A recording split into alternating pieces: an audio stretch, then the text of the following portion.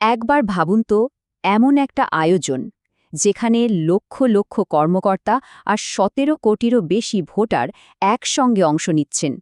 এটাই হলো ভারতের নির্বাচন। ২০২৬ সালের বিধানসভা নির্বাচনকে সামনে রেখে চলুন আমরা একটু গভীরে গিয়ে দেখি কিভাবে এই বিশাল গণতান্ত্রিক উৎসবটা বাস্তবে কাজ করে। তো এই আলোচনায় আমরা প্রথমে দেখব ভারতের এই মেগা নির্বাচনের বিশালতা। তারপর জানব ভোটারদের সম্পর্কে, মানে কারা ভোট দিচ্ছেন। দেখব বুথ পর্যন্ত পৌঁছানোর জন্য কি কি ব্যবস্থা থাকে আর প্রযুক্তির ব্যবহারই বা কেমন। অবশ্যই কথা বলবো অবাধ ও সুষ্ঠু প্রতিযোগিতার নিয়মকানুন নিয়ে। আর সবশেষে বোঝার চেষ্টা করব প্রতিটি ভোটের আসল গুরুত্ব। চলুন শুরু করা যাক আমাদের প্রথম পর্ব দিয়ে, ভারতের মেগা নির্বাচন। একে গণতন্ত্রের উৎসবও বলা হয়।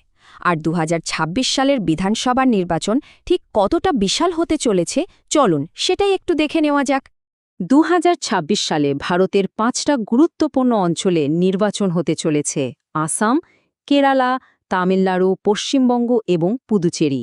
একদিকে দেখুন পশ্চিমবঙ্গ, যেখানে ২৯৪টা বিধানসভা কেন্দ্র, যা এ তালিকায় সবচেয়ে বড়। আবার অন্যদিকে পুদুচেরির মতো ছোট অঞ্চলেও কিন্তু ৩০টা কেন্দ্র রয়েছে। এই সংখ্যাগুলোই আসলে প্রত্যেকটা অঞ্চলের রাজনৈতিক গুরুত্বটা বুঝিয়ে দেয়। আর এই ৫টা অঞ্চল মিলিয়ে মোট যোগ্য ভোটারের সংখ্যা কত জানেন? ১৭ কোটিরও বেশি।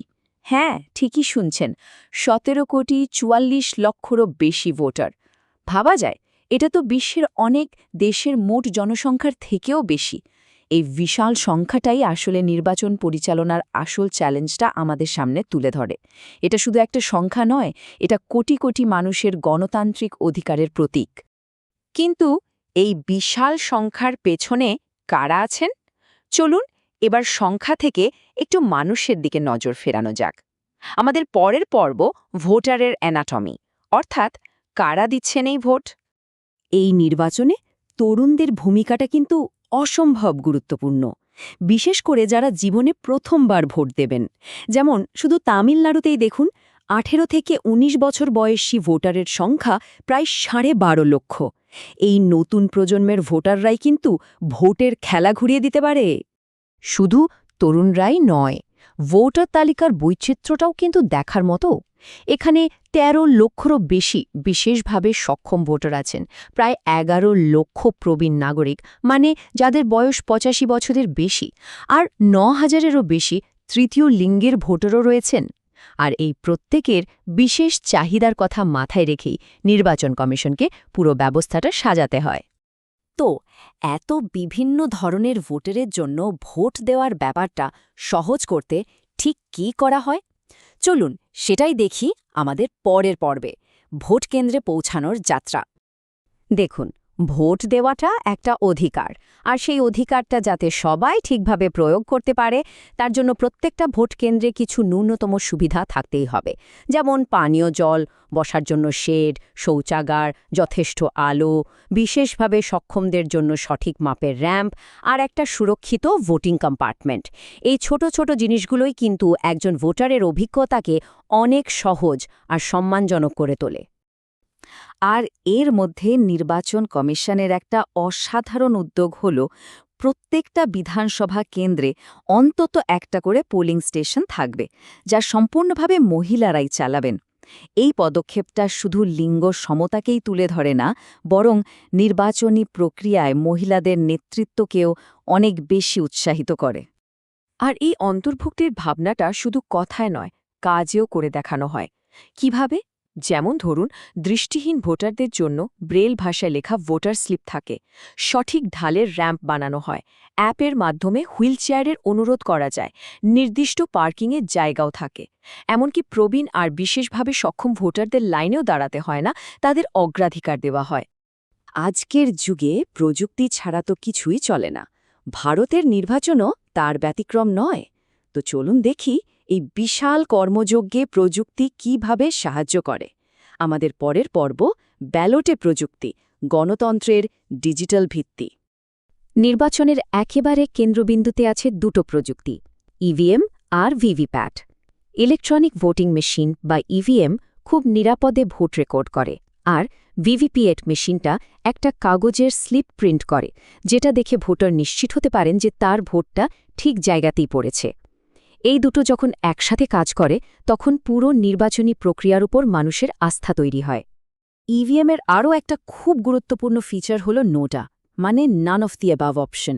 এর মানে হল, যদি কোনো ভোটার মনে করেন যে কোনো প্রার্থী তার পছন্দের যোগ্য নন, তাহলে তিনি সবাইকে প্রত্যাখ্যান করতে পারেন। এটা কিন্তু অসন্তোষ প্রকাশ করার একটা শক্তিশালী গণতান্ত্রিক হাতিয়ার। প্রযুক্তি কিন্তু শুধু ভোট দেওয়ার যন্ত্রের মধ্যেই সীমাবদ্ধ নেই। সিভিজিল অ্যাপের মাধ্যমে সাধারণ মানুষই নির্বাচনী নিয়ম ভাঙার বিরুদ্ধে রিপোর্ট করতে পারেন।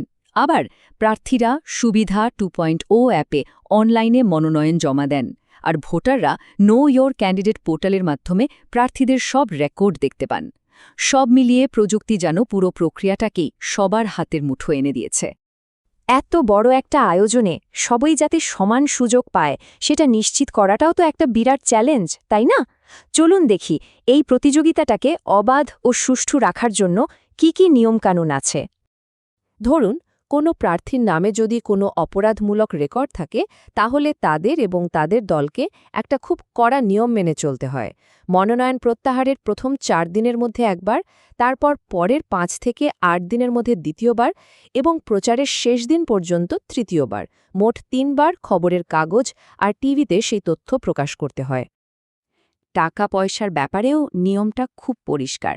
বড় রাজ্যগুলোতে প্রত্যেক প্রার্থী নির্বাচনী প্রচারে সর্বোচ্চ 40 লক্ষ টাকা পর্যন্ত খরচ করতে পারেন। এই সীমাটা নিশ্চিত করে যে শুধু টাকার জোরে যেন নির্বাচনের ফলাফল প্রভাবিত না হয়। আর যেই মুহূর্তে নির্বাচনের দিন ঘোষণা হয়ে যায়, সঙ্গে সঙ্গে একটা জিনিস চালু হয় যাকে বলে আদর্শ আচরণবিধি বা মডেল কোড অফ কন্ডাক্ট। এর মানেটা কি? সোজা কথায়, এরপর থেকে ক্ষমতায় থাকা দল সরকারি কোনো পদ বা অর্থ ব্যবহার করে নির্বাচনে বাড়তি সুবিধা নিতে পারে না। এতে সবার জন্য একটা সমান সুযোগ তৈরি হয়।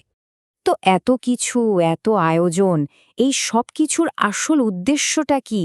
আমাদের এই আলোচনার একেবারে শেষ পর্বে এসে চলুন সেটাই একটু বোঝার চেষ্টা করি। পুরো বিষয়টাকে যদি আমরা এক জায়গায় আনি, তাহলে দেখা যাবে ভারতের এই বিশাল নির্বাচন ব্যবস্থাটা মূলত 4টে স্তম্ভের উপরে দাঁড়িয়ে আছে। প্রথমত, নিখুঁত পরিকল্পনা। দ্বিতীয়ত, প্রত্যেক নাগরিককে অন্তর্ভুক্ত করার চেষ্টা।